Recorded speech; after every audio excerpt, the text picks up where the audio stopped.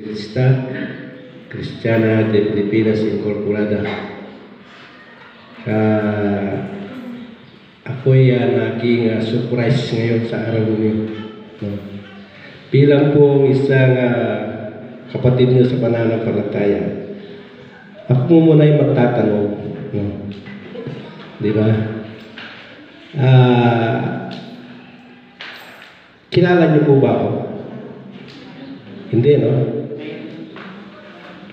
So, ako po pala ang iyong kapatid na si Benji na lang tawag niya lang. Benji Gomez. No? Bilang isang Director General po ng ating district. No? Dati kasi region tayo. Ngayon district na po ang tawag sa atin ngayon. Kayo naman area. Napapasakop kayo sa Area 3. No?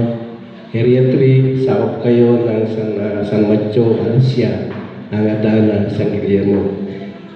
Kilala po ninyo ang pangulo ng area nyo? Siguro, hindi ba, hindi, no? Yung ating kapatid na si Hermano Charito Benedicto. No? Siya po ang nakakasakop sa inyo. Bago po ang lahat, binabati ko muna ang ating pangulo. Kasi ang pagkahalam ko dito, ang pangulo, mga pabros napalitan na pala si Hermano Loreto. Siyempre, ganitong din ang ating kapatid na si Hermano Matamis, no? Sa Salilungan West, sama. Ako po ay narito bilang isang ama ng ating pananampalataya para alamin kung ano po ang nagiging status ninyo bilang isang membro po ng ating kapatiran na ang Sentro Lawag Tidaya. Ang Lawag Tidaya po kasi, since po naging kabataan po ako, napunta ko dito sa Isabela. No? Nag-mission na po kami rito noong panahon ng matandang pabros. No? Ang matandang pabros po noon, pumunta rin nag-misyon sila sa amin. Dito po sa Incariana Nimbe, sa Nueva Hera, Abatuan Isabela. No? Diyan po yung aking mother center, diyan po ang aking local center sa Kabatuan. Kaya ako naman, taga Santiago City ako. No? Taga diyan po ang aking napangasawa. No?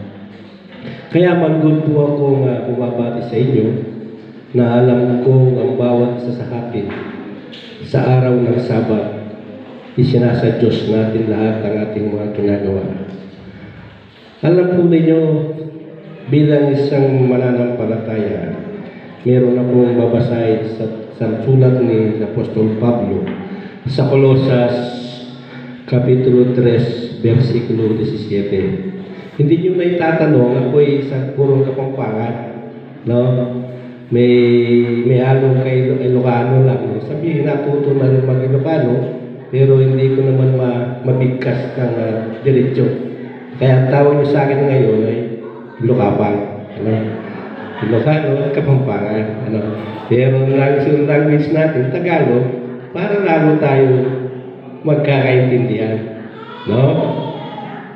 Sabi niya, sulat ni Apostol Pablo, sa Kapitulo 3, versikulo 17. Sabi niya, at anumang inyong ginagawa sa salita o sa gawa, gawin ninyong lahat sa pangalan ng Panginoon Hesus, na nagpapasalamat kayo sa Diyos sa pamagitan niya.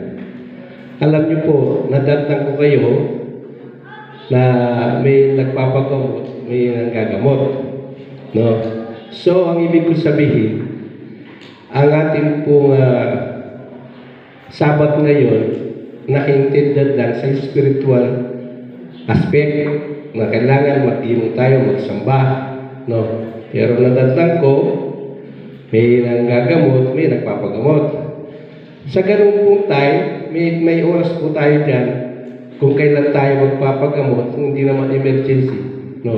Meron tayong tinatawag na ASI. No? May tinatawag tayong ASI. Dapat nakaseparate yun. no? Para yung oras, hindi tayo makakaya ng mahabang time. Pero ganoon pa man po, ang Panginoon Jesucristo rin kasi nanggamot siya sa araw ng Sabat. Pero di natin tinutuloy yung gano'n na tayo rin ay kayahin natin yun. Meron tayong batas, meron tayong rules, meron tayong bylaws, no? Sumunod tayo, kung nararapat lang, kung may emergency, pwede. No? Yun po yung ating gagawin.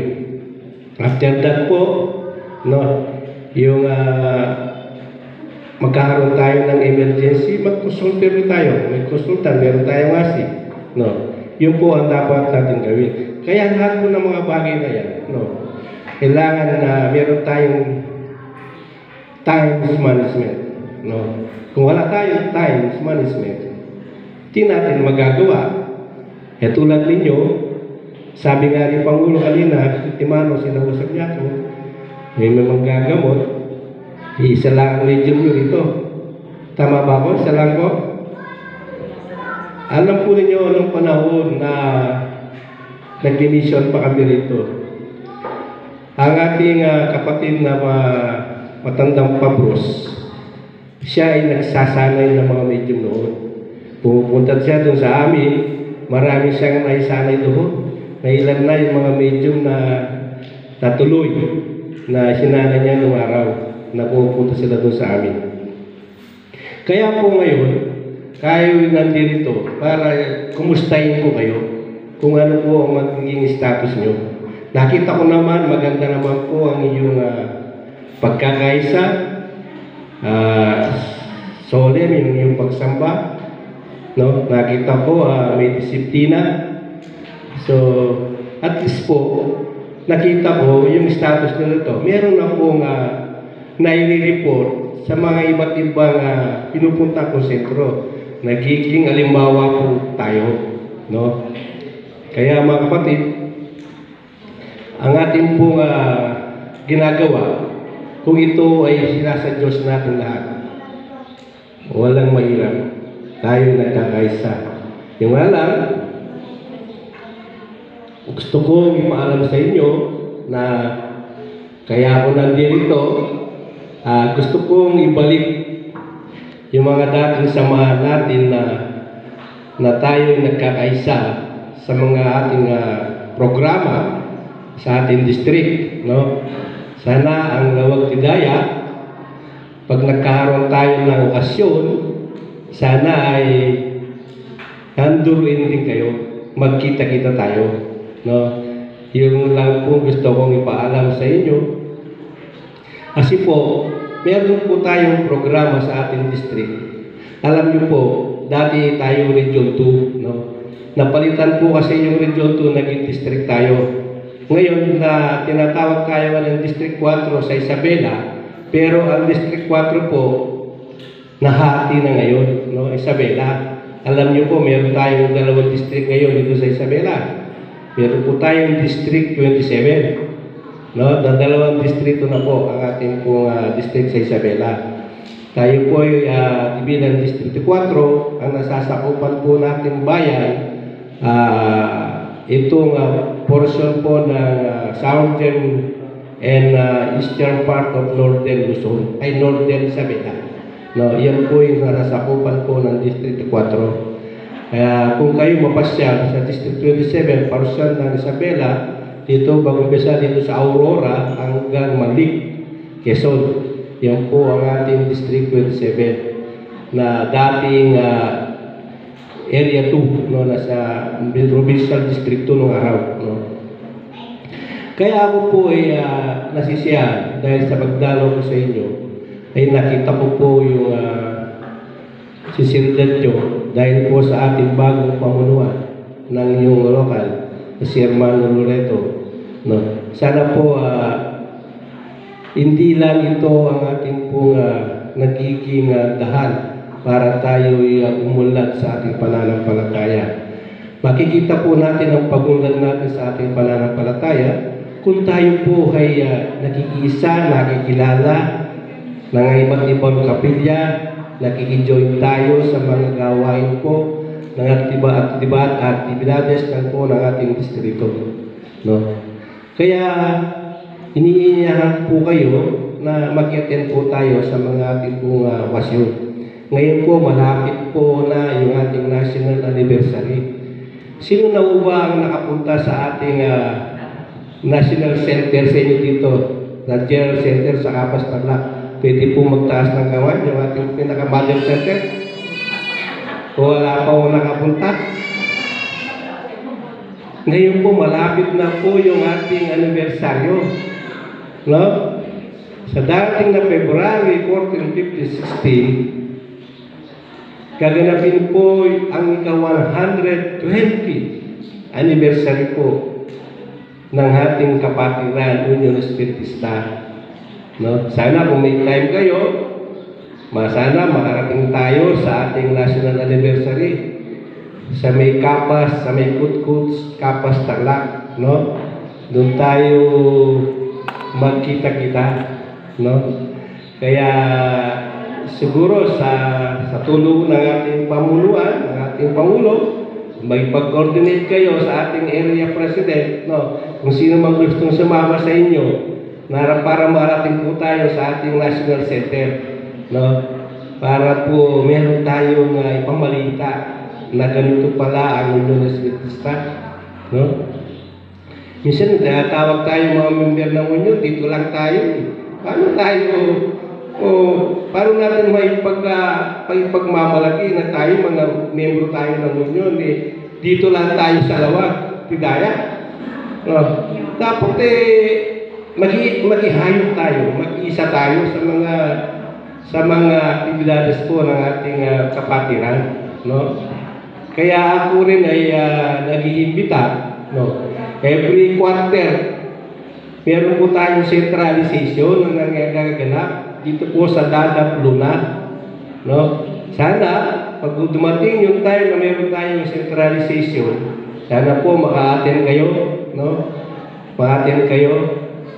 Lalong-lalo na po, ito, nandito pala yung ating kabataan, ng kabataan ng nakapag-asawa ka pa rito, mga taga Jones ito, di ba, Jones?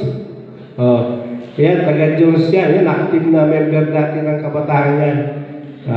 Kinukongrats kita, taga dito ka na ba?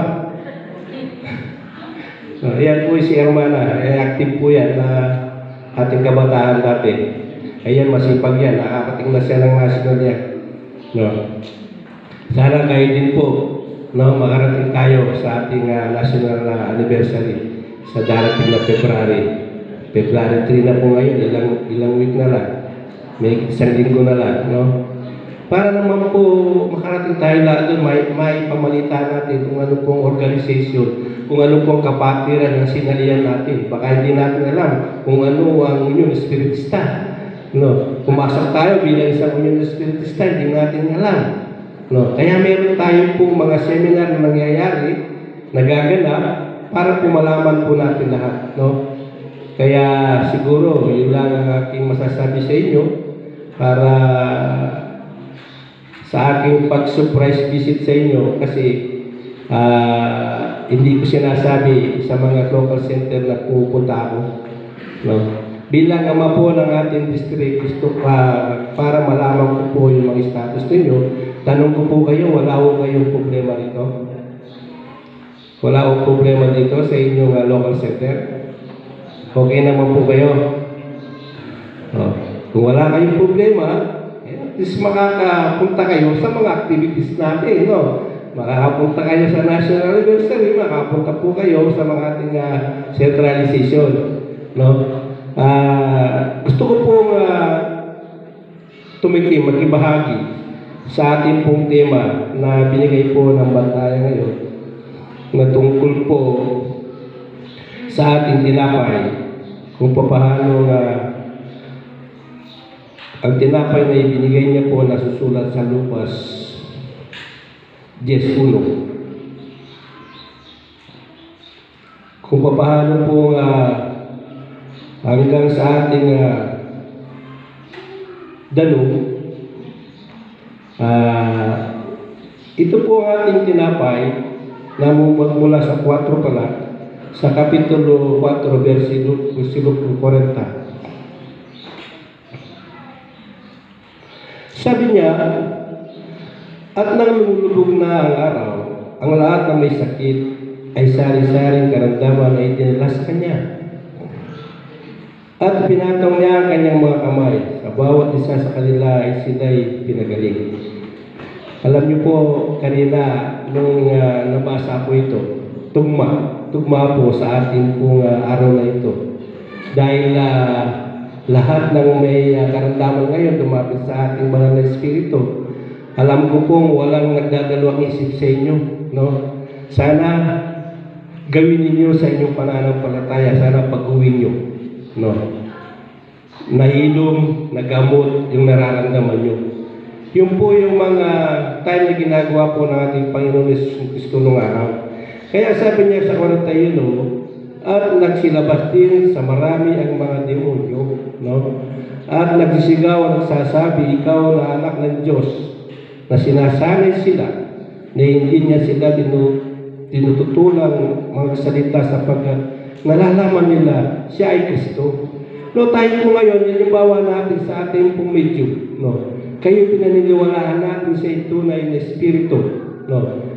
Ganyan din po ang ating Panginoon na si Kristo. Hindi na tayo tumututo sa mga bagay na kung ano man pong negative, no, na nakikita natin na tayo'y naniniwala na tunay po yung dumarating sa akin, no? Kaya tayo nga ay nagpapagamot dahil naniniwala tayo, di ba? Meron tayong pananampalataya, no? Kaya kung ano man po yung mga dumarating sa atin, no? Tanggapin natin na maluwag sa ating puso na sana'y tunay para lalo po tayong gumaling sa ating pong sakit na ating pong pananampalataya, no? At sabi niya at naharaw na yan, inubas siya at nagparo sa ilang nadako at inahanap siya ng mga karamihan at nagsiparo sa kanya at pinagpilitang pigilin siya upang huwag siyang umiwalay sa kanila. Tatapos sinabi niya sa kanila, dapat namang ipangarap ko sa mga ibang bayan ang mabuting balita ng karya ng Diyos sapagkat sa ganito ay sinubuhan ko. Gusto ko lang pong